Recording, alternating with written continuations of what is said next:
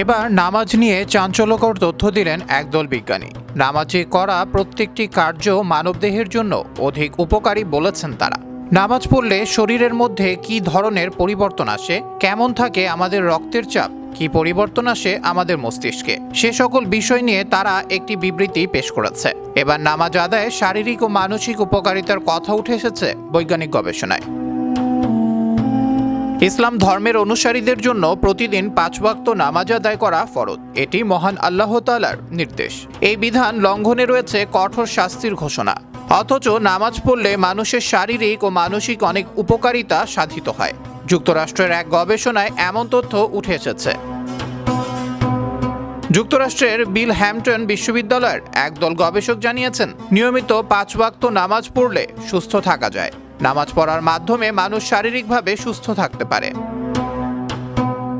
গবেষণায় আরও উল্লেখ করা হয়, যদি নিয়মিত নামাজ পড়া হয় তবে পিঠের ব্যথা কমে যায়, নিস্তেজ ও ঝিম ধরা শরীরের রক্ত প্রবাহ স্বাভাবিক হয়। নামাজ পড়ার মাধ্যমে উচ্চ রক্তচাপ এবং হৃদস্পন্দন কমে যায়, যা মাংসপেশিকে শিথিল করতে সাহায্য করে।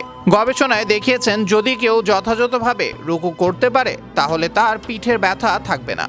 রুকু করতে গেলে মানুষের পিঠ সমান্তরাল হয়। কিছু সময় পিঠ সমান থাকে নামাজে রুকু আদায়ের মাধ্যমে। পিঠ, পায়ের উরু এবং ঘাড়ের পেশিগুলো সম্পূর্ণভাবে প্রসারিত হয়। রক্ত প্রবাহ যথাযথভাবে চলতে থাকে। শরীরের উপরের অংশে রক্তের প্রভাব স্বাভাবিক মাত্রায় ফিরে আসে। সেজদা সম্পর্কে গবেষকরা জানান, মানুষ যখন সেজদায় যায় তখন শরীরের সব হাড়ের জোড়াগুলো নমনীয় হয়। হাড়ের উপর যে চাপ পড়ে তার ফলে সেটি স্বাভাবিক ও শিথিল হয়। সেজদার জন্য জমিনে মাথা রাখার কারণে মস্তিষ্কের রক্ত সঞ্চালন স্বাভাবিক হয়। উচ্চ রক্তচাপ কমে যায়। ধীরস্থিরভাবে সেজদা আদায়ের মাধ্যমে মস্তিষ্কের কার্যক্ষমতা বেড়ে যাওয়ার পাশাপাশি শরীরের ভারসাম্য ফিরে আসে। শ্বাস প্রশ্বাসের স্বাভাবিক গতি ফিরে আসায় মানুষ স্বস্তি লাভ করে। সুস্বাস্থ্য ও সুস্থতার জন্য নামাজ অনেক উপকারী। এ নামাজের মাধ্যমে মানুষ আল্লাহর সন্তুষ্টি লাভ করে। কর্মক্ষম উজ্জীবিত মানসিকতা লাভে নামাজ আল্লাহর এক মহান নিয়ামত, বান্দার জন্য অন্যতম বরকত বটে। তাই তো আল্লাহ তাআলা মানুষকে সার্বিকভাবে উজ্জীবিত করতে নামাজের প্রতি গুরুত্ব আরোপ করেছেন, আর তা না পারলে শাস্তির বিধানও রেখেছেন।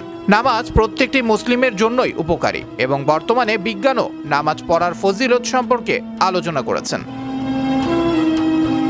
আবরার আহমেদ বাহি, বিশ্ব বাংলা 24 নিউজ ডেস্ক।